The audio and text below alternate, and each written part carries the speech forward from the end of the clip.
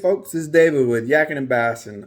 Today I'm going to show you how I set up my trolling motor to fit through the cassette for my Hobie Kayak so that I can drop the trolling motor right down through where the pedals go.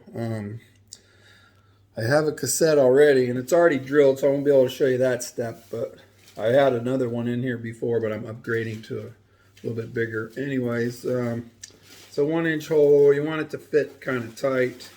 So a lot of people use a step down bit. Looks like a I don't know, like a pyramid shape. You can slowly step it in until it's a real tight fit in there. Anyways, I'll be right with you, and we'll be going over the stuff that I use to modify this motor. All right, so I have a Watersnake transom mount, 24-pound thrust. I got it from Shields. They have the best price. Here's how it comes in the box. I'll be unboxing that. It comes with the propeller, the nut, the pin, trolling motor. And then I have my kayak set up with a plug. It's wired through the hull, so I'm going to attach this plug. And then I use a variable speed control by FPV Power. They're a little spendy. If you go on YouTube, you will be able to find a way to make your own for probably $30 or so. I went ahead and bought this because it had a warranty and I wasn't sure about making one. If I had to do it again, I'd probably make one. But anyway, since I'm using that, I plan on removing the top head of the trolling motor and not replacing it. A lot of guys replace it, but in order to save space and weight, I don't need that since I have the variable speed control, which has a forward, reverse, and then this knob here for variable speed. Okay, so let me get this unboxed and we'll go from there. Okay folks, so the first thing we're gonna do, got everything unboxed, got all my tools hopefully that I'm gonna need all set up. First thing I want to do is remove these 4 screws to remove the top off of the control box. Now if you're gonna remount your control box, you're gonna want to make sure you hold on to all that stuff. Like I said, since I have variable speed control, I really don't need the control box because it's just other controls that are competing with each other. You really don't need them. I mean, you can use them, but I don't see a purpose.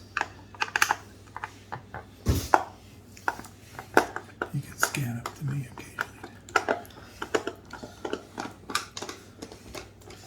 All right, one more screw.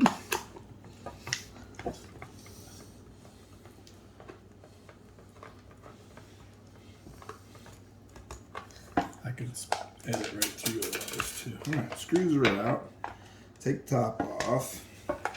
Now, if you're going to be reusing the control box, you want to take a picture under here of how your wires are connected to the switches. But like I said, I'm not going to reuse it, so I just disconnect the wires.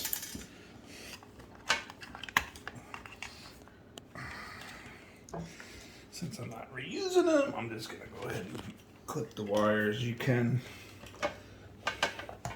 see that they're being quite difficult.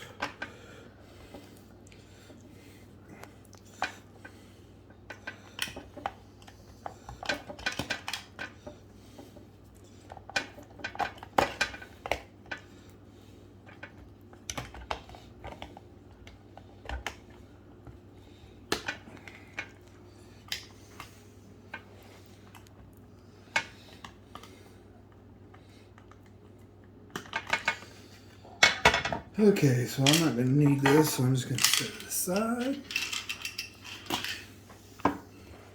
Next thing we're going to do is remove this screw on the neck of the, it goes all the way through, there's a little bolt back there, a little nut, so you want to keep your finger on the nut to get it all the way off. Pull that out.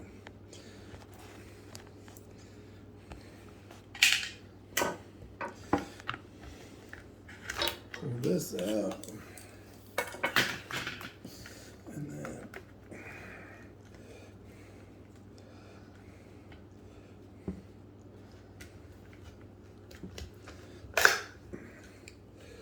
inside of here, there's 2 screws holding the wires with a clamp. So we're going to take those screws out.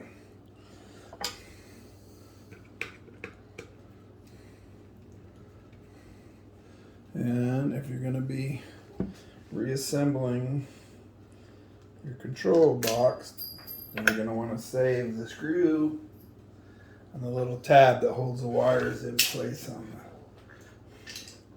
the controller.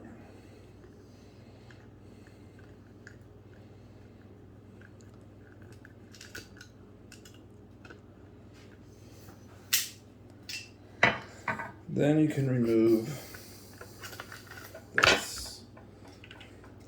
There's a spring in here, so don't lose it. That's to push your handle out if you're going to be reusing that. Okay, so like I say, there's 3 wires that come out of the shaft. You only need 2 to run the trolling motor with a variable speed control. So the blue wire is not needed. The blue wire is the low speed, and the way it works is the power goes down. It goes through a I can't think of the word. Anyway, it lessens the volts and the amps, makes the motor turn slower. But you don't need that because you have variable speed. So you just need the black and the red. I'm going to remove the keeper off of there. Save that. You're going to need that. Then I'm going to remove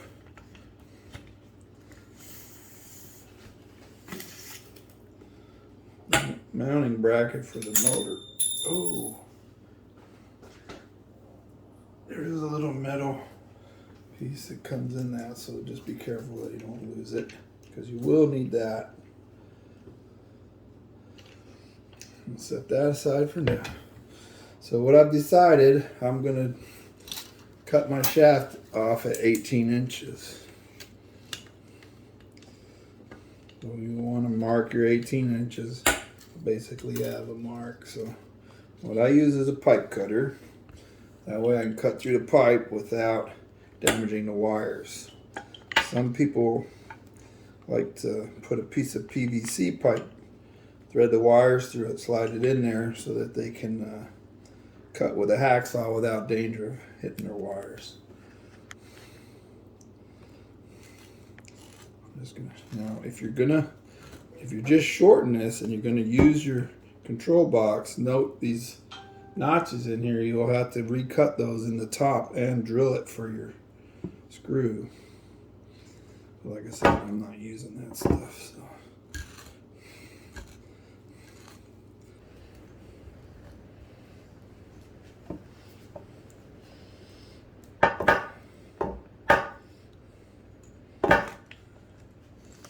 Okay, pipe is off.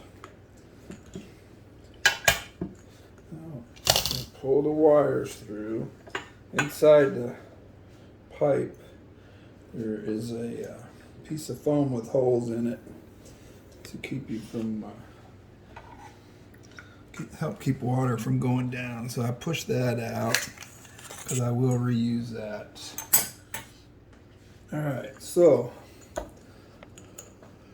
I have it cut.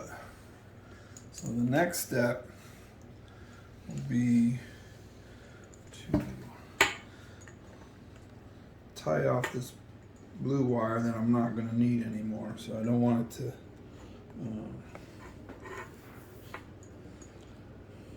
short out anything. So I'm just going to cut it off. Okay. And then what I did on the first one is I drilled 2 holes in here and used expanding foam. It makes it a little more solid with your motor in there. Oh man, I forgot one part.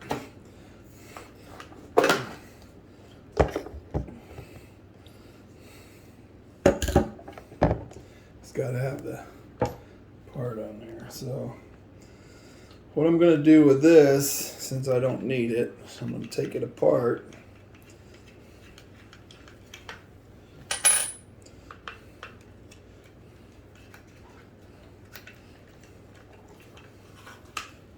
And then inside, there's a spring in here, and it's got a little C-clamp on it, so I got to get that C-clamp off so I can remove this spring.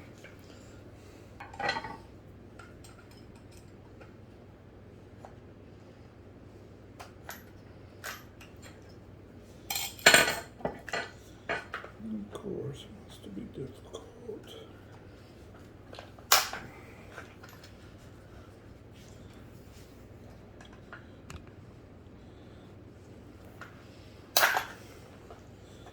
Alright, so I got the C-clamp off, pulled this out.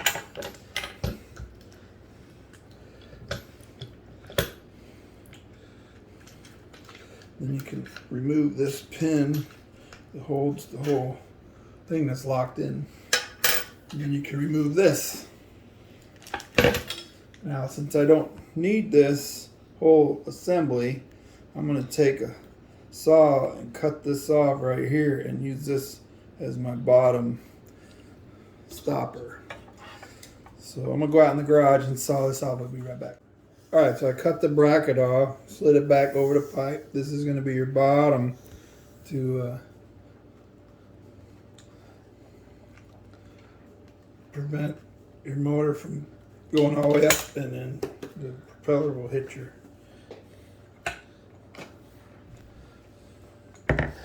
So you're going to put your wires through.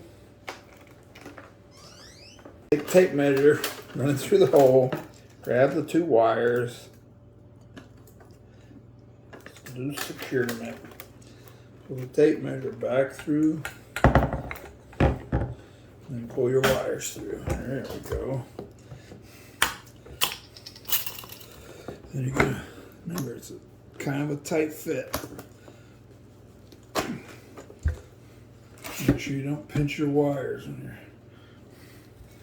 bringing them through. Okay, so that prevents your motor from going up and hitting the bottom of your kayak. Like so. Then you take this one,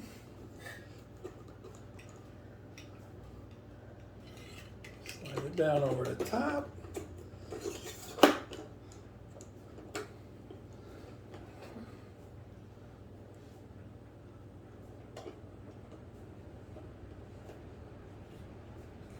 Clamp that down. Prevent your motor from falling out the boat. And then once you do that, then you put the foam in, and then it'll tighten this up. If it's real loose like that, what I'm going to do is run a piece of safety wire and then just run 2 screws to keep it from turning inside the cassette. So once that's all set up, it's time for wiring. So what I found is a soda bottle top just barely fits over that. So what I do is I drill a couple holes into the soda bottle top to fit the wires.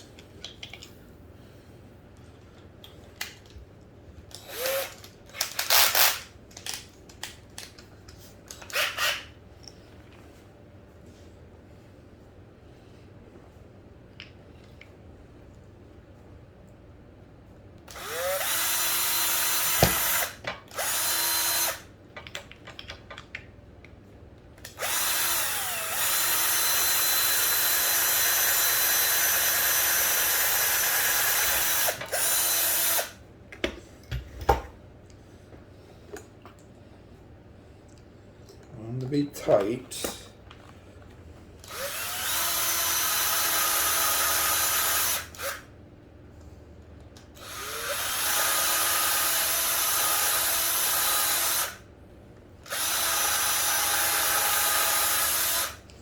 You don't want any water to be able to get down in there.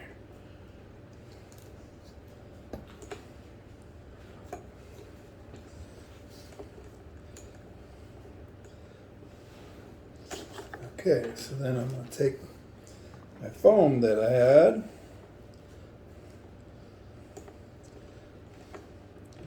And the red wire and the black wire. There's cutouts for the wires in the foam. I'm going to slide that down. Push that foam back down into the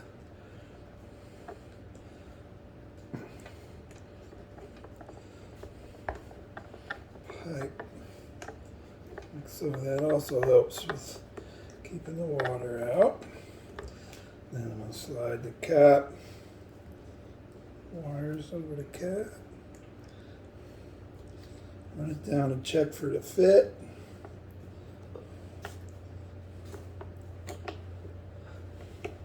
Like I said, just barely fit. So then what I'm going to do, silicone.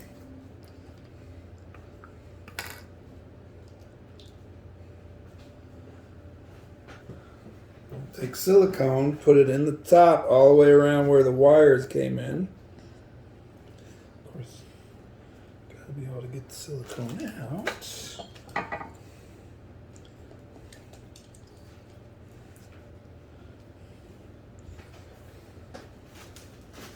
Thank you. Make sure it's all the way around where the wires are so that it's not going to leak. Then we'll put it all the way around the threads. Don't be afraid to use a lot, because you definitely want to seal. I want it up on the very edge of the threads. Okay. Now I push that down.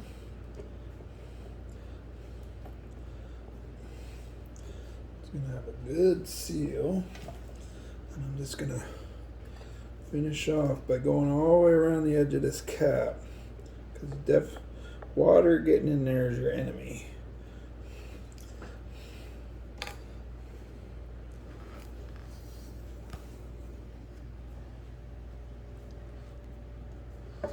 Just like that.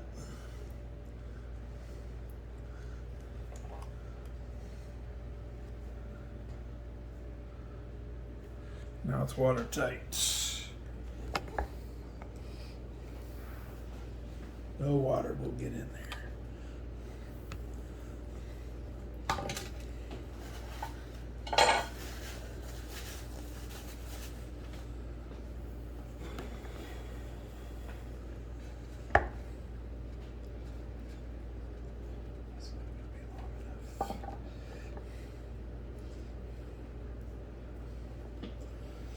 Alright, then you take your wire strippers.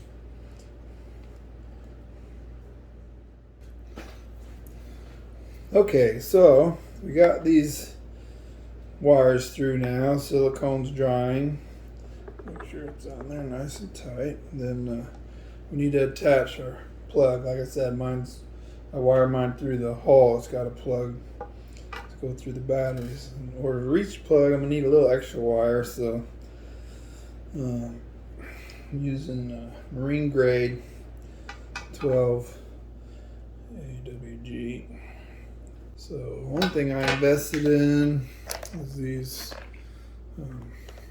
Kayak or solder wire connectors.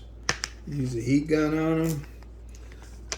It's waterproof and has a piece of solder in the middle. And when you put the heat on it, it will solder that connection for you. Ow. So you run that down over it and you intertwine your two ends like so. Then you run that down so the solder is over the connection, and you don't want to heat things you don't want to heat, so make sure you move it out.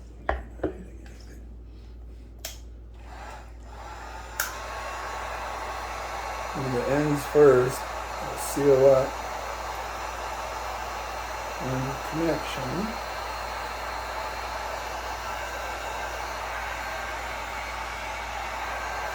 Hold it down on the solder. The solder will melt and you have a good connection.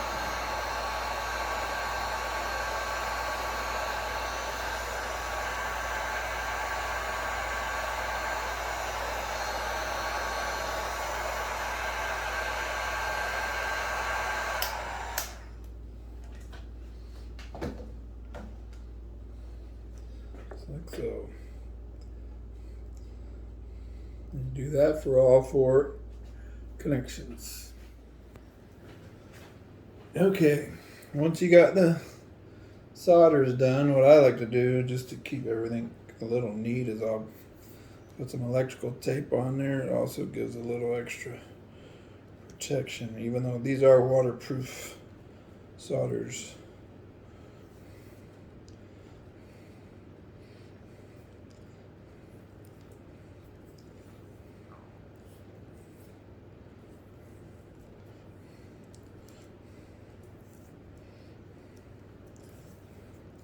It hides the solders too, and if you want, you can get a wire cover to cover the whole wire and make it look a little neater. Keep saying I'm going to do that, but I haven't done it yet. Anyway, so that's it. Plugs right into my front of the kayak, goes right down through the pedal drive, and she's ready to roll. Thanks for watching. If you have any questions, hit me up in the link. Thanks. Bye.